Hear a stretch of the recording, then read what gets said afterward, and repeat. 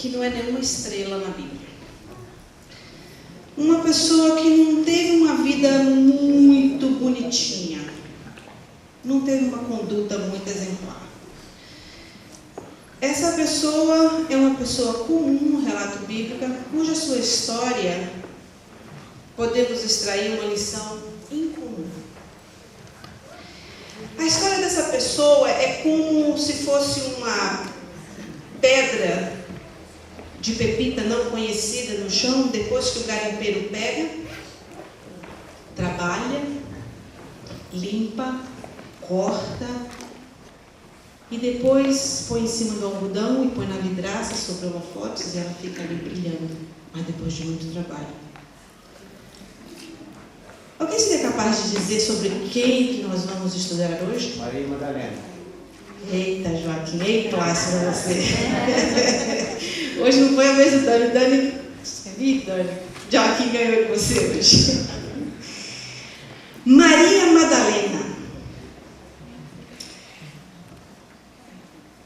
Vamos ver a história de Maria Madalena e o que é que ela nos traz, o que é que Jesus nos tem a ensinar através dela para nós que vivemos hoje no século XXI. Vamos começar pelo seu sobrenome, ou cognome, Madalena. Ela recebeu este nome de uma pequena aldeia de pescadores chamada Magdala, situada do lado nordeste do Lago da Galileia, em uma área onde Jesus andou pregando o Evangelho. A festa do tabernáculo havia terminado. Os sacerdotes e rabis em Jerusalém haviam se deleitado em seus tramas contra Jesus. E ao cair da noite, cada um foi para sua casa. Mas Jesus foi para o Monte das Oliveiras. Jesus, ele gostava de estar afastado, de estar a sós com seu Deus.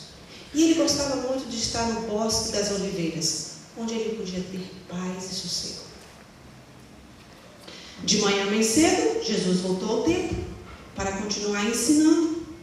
E ele estava ali ensinando, respondendo perguntas, quando de repente ele foi interrompido. Aquele barulhão! E jogam Maria Madalena nos pés de Jesus. Jogam aquela mulher.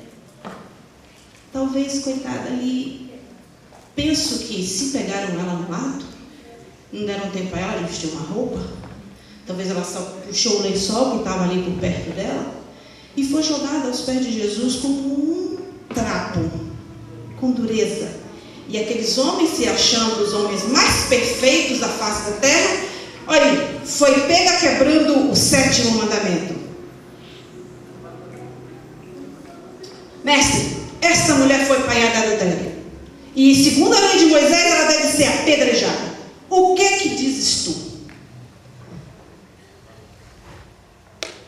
Aquela falsa reverência, aquela capa de santidade, como se eles fossem grandes coisas. Estava uma trama ali. Se Jesus condenasse, absolvesse aquela mulher, ele seria acusado de desprezar a lei de Moisés. Se ele condenasse, as autoridades da civil da cidade iam dizer: só quem pode condenar somos nós, por que você condenou? Jesus, com a sua calma e a sabedoria de um Deus, se abaixou e começou a escrever. Os homens ficaram inquietos. Escrevendo? O que está acontecendo? Nós queremos uma resposta. O que você vai fazer? Jesus se levantou e disse: quem não tiver nenhum pecado, atire a primeira pedra. Se abaixou e continuou escrevendo. No livro da Ciência do Bom Viver, na página 87, diz assim: ali traçados diante deles achavam-se os criminosos segredos da vida de cada um. Quando eles começaram a ver o que Jesus estava escrevendo, eles foram saindo devagarinho, com vergonha. E o medo de Jesus começar a ler aqueles pecados em voz alta? santidade, aquela santidade arrogante. Se mandaram. Jesus então vira para aquela mulher triste, com vergonha. Onde estão aqueles que te acusaram? Ninguém te condenou? Não, Senhor. Ninguém. Quem sabe, esperando agora Jesus dar um sermão, um carão nela. Eu também não te condeno. Vai e não peques mais. Aquela mulher ficou um tanto assustada. Especialmente na hora quando Jesus disse: aquele que não tiver nenhum pecado, atire a primeira pedra. Ela acreditava que aqueles homens eram santos. Então ela já ficou esperando mesmo a primeira pedrada. Porque se com uma pergunta dessa, as pessoas que me trouxeram são os santos? São as pessoas puras? E ela ficou até meio confusa. Eles não me apedrejaram, Jesus me libertou.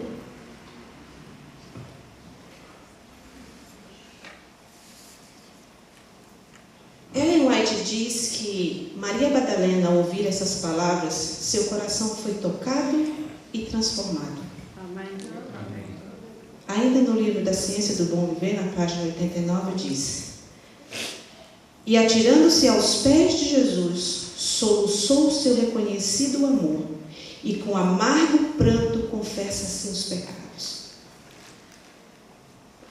Quando Jesus disse a ela: vai e não peques mais, ela se converteu. Ela abraçou os pés de Jesus. Ela chorou. Ela verdadeiramente se transformou e se converteu naquele momento. Amém. Amém. Aquele encontro foi para Maria Madalena o começo de uma nova vida. Uma vida de pureza, de paz, devotada a Deus. De novo, no livro da Ciência do Bom Viver, ainda na página 89, lemos o seguinte: no reerguimento dessa alma caída, Jesus realizou um milagre maior que na cura da mais terrível doença. Ele curou a doença espiritual que produz a morte eterna. Essa arrependida mulher tornou-se agora uma das mais firmes seguidoras de Jesus. Enquanto aqueles fariseus e hipócritas eles acusavam, ela sempre ouvia Jesus dizer: vai-te e não peques mais. Sabe, meus irmãos, Jesus conhece a circunstância de cada um de nós. Quanto maior a culpa do pecado, mais necessidade de perdão, mais a gente necessita de Deus. Abra a Bíblia comigo, por favor, em Isaías capítulo 1, versículo 18.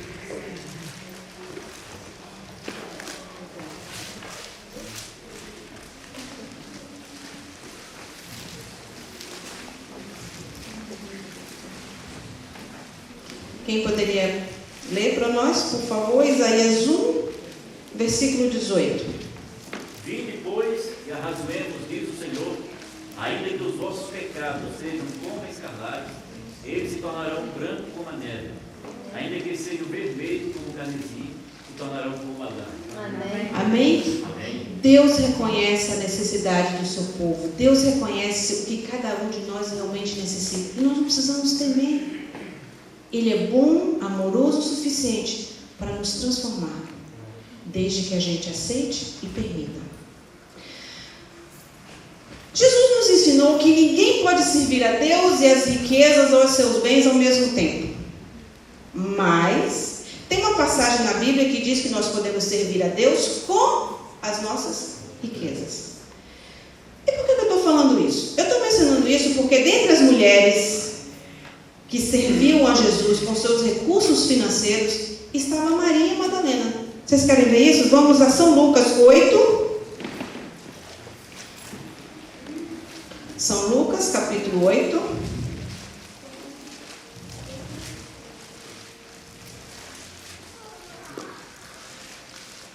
Versos de 1 a 3. Mais algum voluntário gostaria de ler para nós, por favor? São Lucas 8, versos de 1 a 3. O que diz lá? Depois disto andava Jesus... Mais alto, Sônia. Depois disto andava Jesus de cidade em cidade e de aldeia em aldeia, pregando e anunciando o evangelho do reino de Deus. Os 12 iam com ele, e também algumas mulheres que haviam sido curadas de espíritos malignos e de enfermidades. Maria, chamada Madalena, da qual saíram 7 demônios. Joana, mulher de Cusá, procurador de Herodes. Susana e muitas outras, as quais o serviam com os seus bens. O que nós podemos aprender desses versos que foram lidos? Para começar, ela está incluída numa lista de mulheres que foram curadas de espíritos malignos. E ela foi aparentemente um caso notável. Quantos espíritos malignos o versículo diz que ela tinha? 7. Vocês que são estudiosos da Bíblia, sabem tudo. O que significa 7 na Bíblia? Perfeição. Mas também significa o quê? Totalidade. Isso, para mim, nós devemos entender, para mim eu entendo que o problema de Madalena, ela estava completamente dominada pelo mal. Totalidade. Como é que ela havia caído nisso, ou sido dominada pelos poderes do mal? A Bíblia não fala. Mas que efeito teve esta lição na vida de Maria? Bem, primeiro ela havia deixado tudo para seguir a Jesus. Não nos é dito que tipo de compromisso social ela tinha na cidade. Mas aí fala que ela tinha uma situação financeira. Ela mesma administrava os seus bens. E para ela ajudar Jesus no seu ministério, é porque ela tinha condições de fazer. O fato de que ela está incluída em uma lista de mulheres que apoiaram a Jesus em seu discipulado com os seus recursos pessoais, nos diz que ela tinha condição financeira. Agora, sabe o que eu acho interessante? Que ela foi tão transformada, o compromisso de Madalena foi tão grande com Jesus, que alcançou a sua bolsa, que alcançou a sua carteira. Sabe o que acontece? Muitas vezes, nós nos convertemos a Cristo, nós queremos seguir a Jesus, mas não que não envolva tanto sacrifício assim, principalmente o bolso. Não é verdade? Geralmente a carteira, o bolso, é a última coisa que se converte a Jesus. Mas Maria não. Ela se converteu tanto que a carteira foi junto. Amém? Amém? Amém.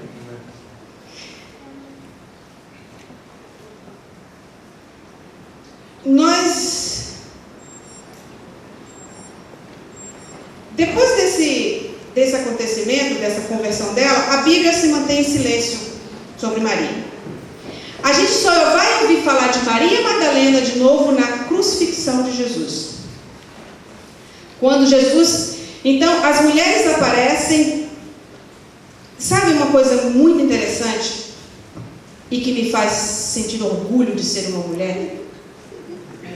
É que as mulheres, elas foram as últimas a saírem de perto de Jesus na cruz. E elas foram as primeiras a irem ao sepulcro e ver que Jesus havia ressuscitado. Amém? Não é um motivo de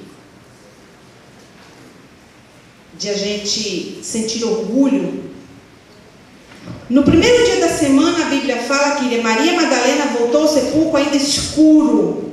Encontrou a pedra removida e o corpo desaparecido. Então, na sequência, ela correu para Pedro e João e disse: Jesus, o meu Senhor sumiu, ele não está lá no túmulo. E João e Pedro saíram correndo e foram lá. É verdade, o que ela está falando é verdade, Jesus não está aqui. E eles saíram correndo. Só que Maria Madalena, ela não saiu correndo.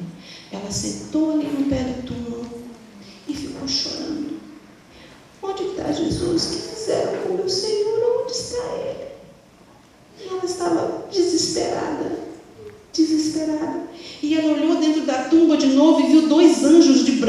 sentado na cabeceira e outro sentado aos pés, mas ela estava tão triste que ela nem percebeu que eram anjos. E ele disse: mulher, por que você chora? Ela disse: levaram o meu Senhor e eu não sei onde é que ele está. Se ela se desse conta que eram anjos, ela tinha dito: cadê Jesus? Jesus teria perguntado para eles mesmo, mas ela nem perguntou. Ela disse: eu estou triste porque eu estou chorando, porque Jesus não está aqui, levaram o meu Senhor. E quando ela se vira, Jesus está em pé dela.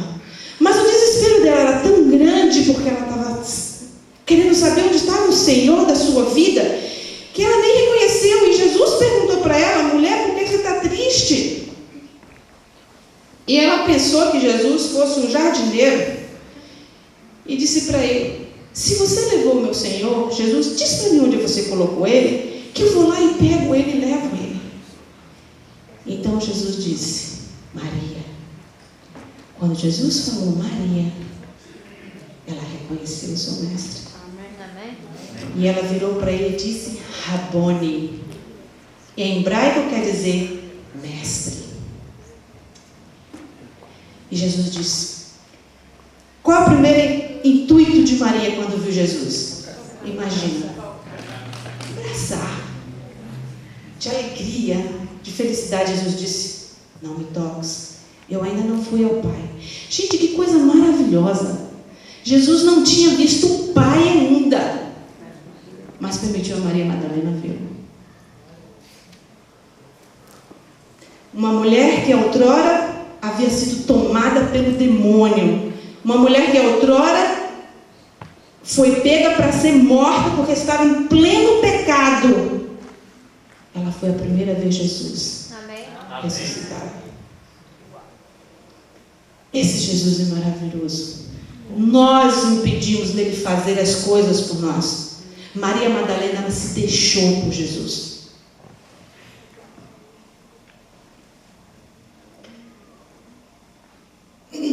Sendo assim, nós podemos considerar que Maria Madalena, ela foi a primeira evangelista da igreja primitiva, porque Jesus disse para ela: vai e fala para quem?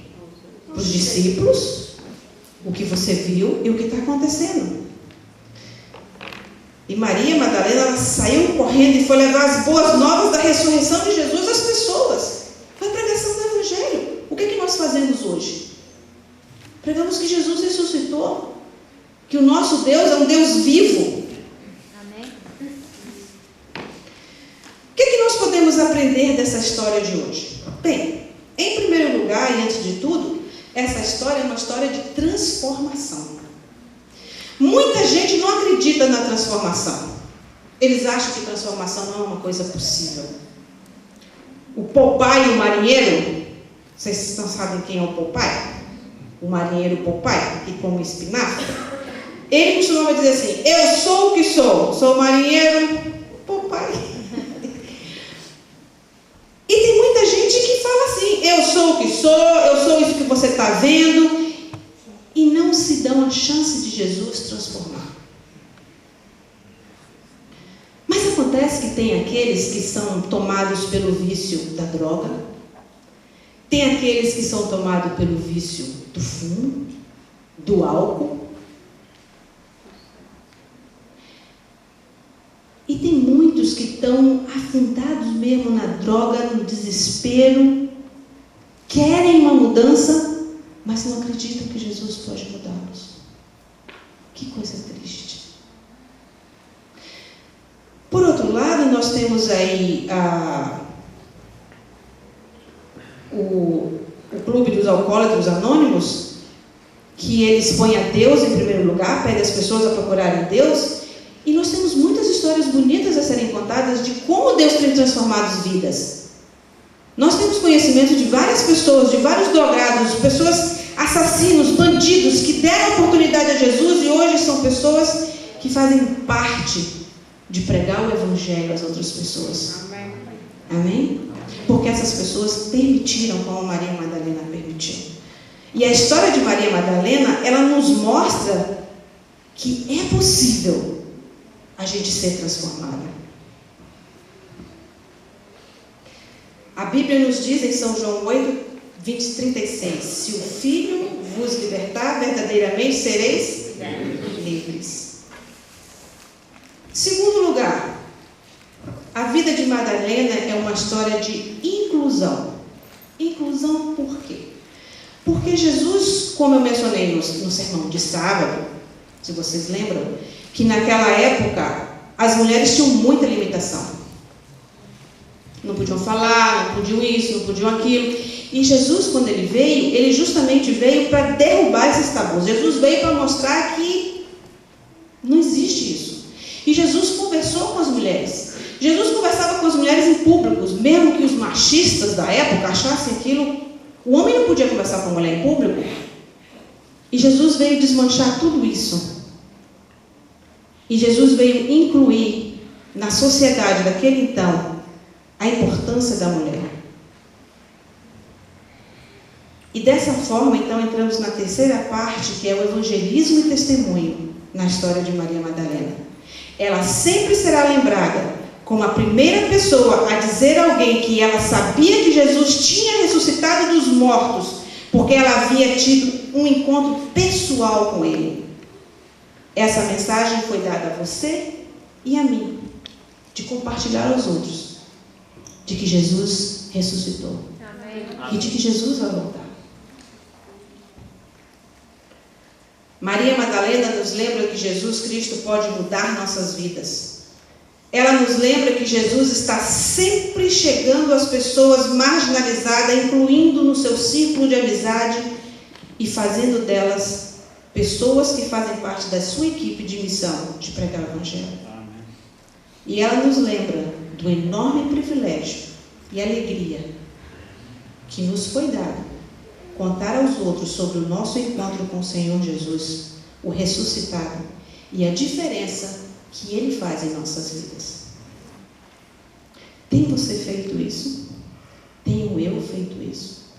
Você tem mostrado às pessoas a mudança que Jesus fez em sua vida? O que você era ontem, o que você é hoje? Você tem vergonha de contar às pessoas? Ou você realmente fala com vontade, como Maria Madalena fez? Que Deus nos dê a graça de seguir o exemplo de Maria Madalena, de sermos transformados e de pregar o Evangelho da sua ressurreição e da sua volta. Que Deus nos abençoe. Amém.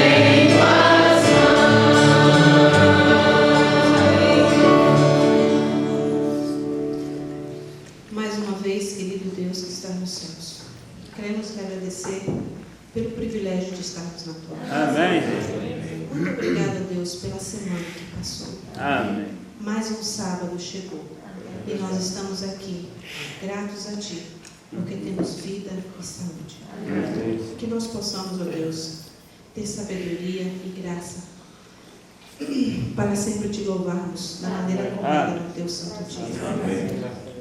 E que o Senhor nos ajude, ó Deus, a sermos humildes, a nos entregarmos em tuas mãos, a permitir que o Senhor nos transforme, a permitir que o Senhor nos converta cada dia mais. Que nós possamos, ó Deus, brilhar por ti. Que nós possamos nos colocar em tuas mãos de tal forma que não venhamos a ter medo de pregar o seu Evangelho, de falar do maravilhoso sacrifício que Jesus fez por nós.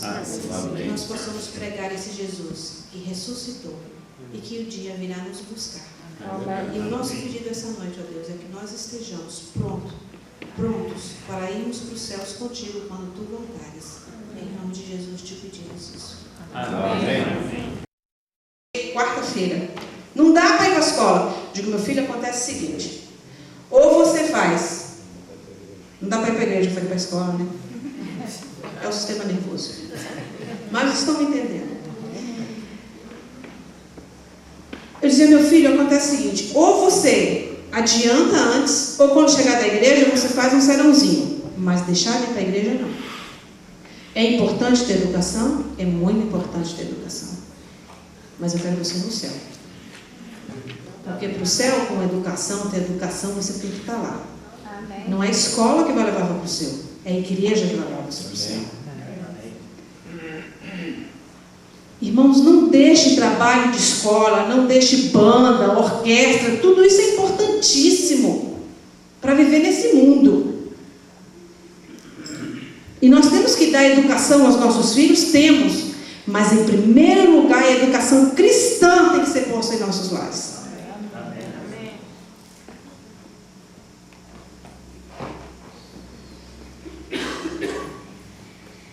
No livro Ciência do Bom Viver, página 372.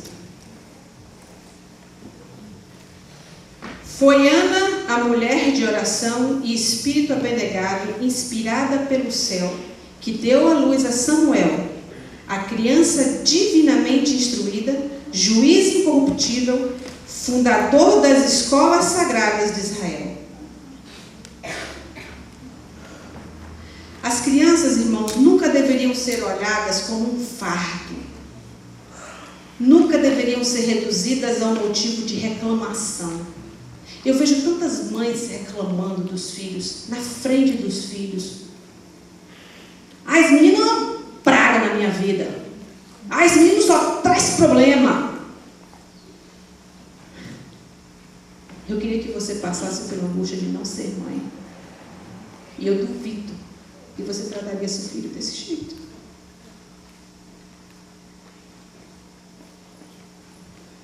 Às vezes menosprezamos nossos filhos porque foi muito fácil, né?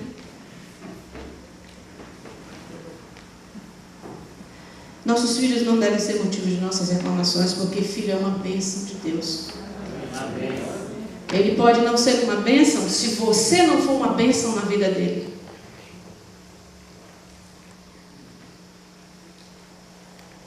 Se dorme, se deita com qualquer um como se fosse brincadeira. E depois não assume os filhos que está fazendo por aí pela vida.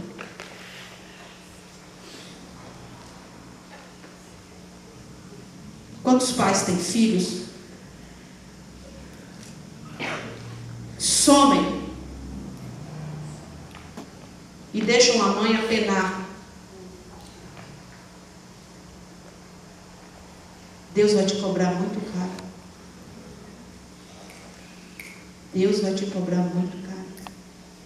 E eu não quero estar na pele de nenhum de vocês, mas eu oro por vocês.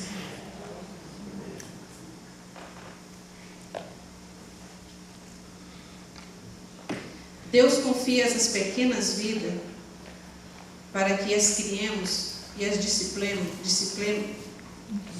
para disciplinar na admoestação do Senhor. A gente, como eu falei aqui, nós praticamente todos temos filhos, já desfrutamos a maternidade, até mesmo alguns já são avós, né? Como eu, né, Magali? Ser avó é bom, mas ser avó de internet não é muito bom, não, mas é melhor do que nada, né? Mas se tiver alguém aqui que está passando pelo exemplo de Ana, que tem estado orando por um bebê, talvez essa pessoa pergunte: onde está a alegria? Lembre-se, não importa a circunstância na qual você se encontre, o Senhor é o seu provedor. Ele é seu sustentador e sua graça. Amém. Amém. Se você já chorou porque quer um filho, suas lágrimas, suas preces não têm passado desapercebidas perante Deus. Eu gostaria que você lesse comigo Salmos 37, verso 4.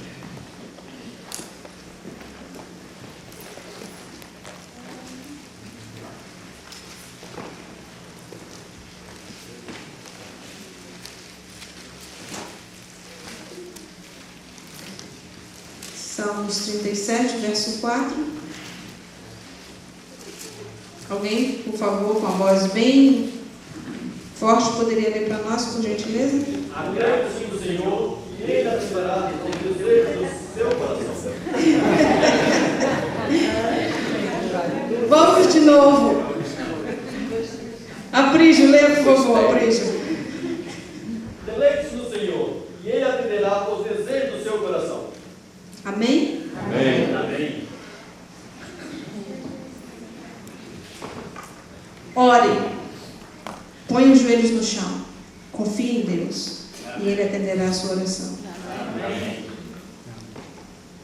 No capítulo 2, do verso 1 ao verso 11, nós temos ali uma oração de agradecimento. Ana prova realmente ser uma mulher de oração. Ela agradece, ela não esquece de agradecer. E na verdade, essa é uma poderosa oração profética acerca da vinda do Messias, porque se a gente comparar a oração de Ana com a oração que Maria fez lá em Lucas, nós vamos ver que a oração das duas foram similares. Você sabia que a cidade de Eucana e que Ana viveram, Ramataim Zofim, é a mesma cidade do Novo Testamento que leva o nome de Arimateia? Vocês se lembram de um membro do Sinédrio chamado José de Arimateia? Você lembra quem foi esse homem? É interessante fazer uma comparação entre Ana e José de Arimateia. Vou tentar colocar os dois juntos num quadro profético.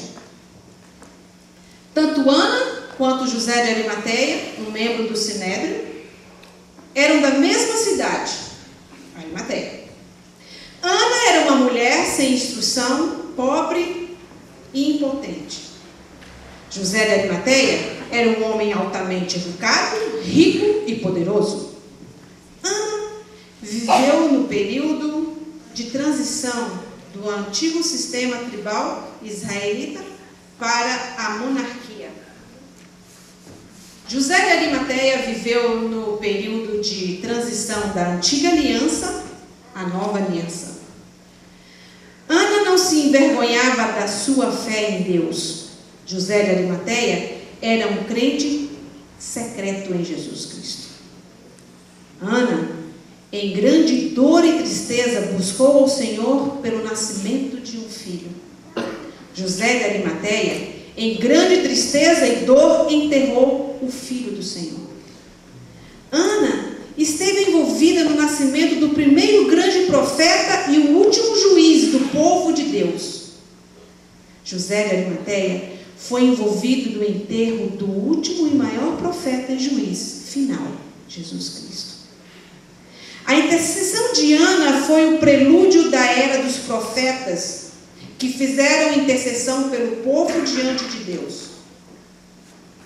A intercessão de José de Arimateia foi o prelúdio para o Messias, que vive sempre para interceder por nós junto ao Pai. A canção de Ana profetizou o nascimento de um rei vindouro. Em seu cuidado, José de Arimateia providenciou o sepulcro do rei dos reis. O filho de Ana, Samuel, ungiu Davi como rei. O sepulcro de José de Arimateia foi o local da unção para o corpo do filho de Davi, da geração que veio a ser Jesus. Dito de outra forma, do ventre de Ana surgiu o filho que ungiria Davi como rei. Do túmulo de José de Arimateia surgiu o filho de Davi, o rei dos reis. Amém. Amém. Tentando fazer um paralelismo conosco hoje, eu diria que Samuel nasceu do ventre de Ana, uma mulher de oração, uma mulher submissa, uma mulher que tinha um relacionamento com Deus. E Jesus quer nascer no seu e no meu coração. Jesus quer que nós tenhamos um relacionamento verdadeiro com Ele. Busquemos a Deus. Vamos deixar Jesus entrar e nos tornaremos mães e pais melhores. Nos tornaremos mais semelhantes a Jesus, se nós nos colocarmos nas mãos de Jesus. Amém. Querido Deus, eu quero me colocar em Tuas mãos. Amém. Querido Deus, eu quero colocar a minha igreja em Tuas mãos. Amém. Que nós possamos aprender a cada dia com essas mulheres maravilhosas da Bíblia. Em especial hoje, como Ana, que nós possamos ser mulheres de oração. Amém. Que nós possamos ser uma igreja de oração. Que nós possamos confiar em Ti. Deixar Jesus habitar em nossos lares. Fortificar nossos lares. Criar nossos filhos para a Tua honra e Tua glória. Amém. Ó Deus, dê sabedoria a cada mãe e a cada pai. Que nós não venhamos a jogar nossos filhos fora, mas nós tenhamos sabedoria de Ti para educá-los para a Tua honra e Tua glória. Amém. É o que nós queremos levar para o céu, Deus. Os nossos filhos, a nossa família. Nos ajuda, Deus, a nos colocarmos em Tuas mãos. Amém. Para fazermos da forma correta aquilo que Tu esperas de nós, em nome de Jesus. Amém.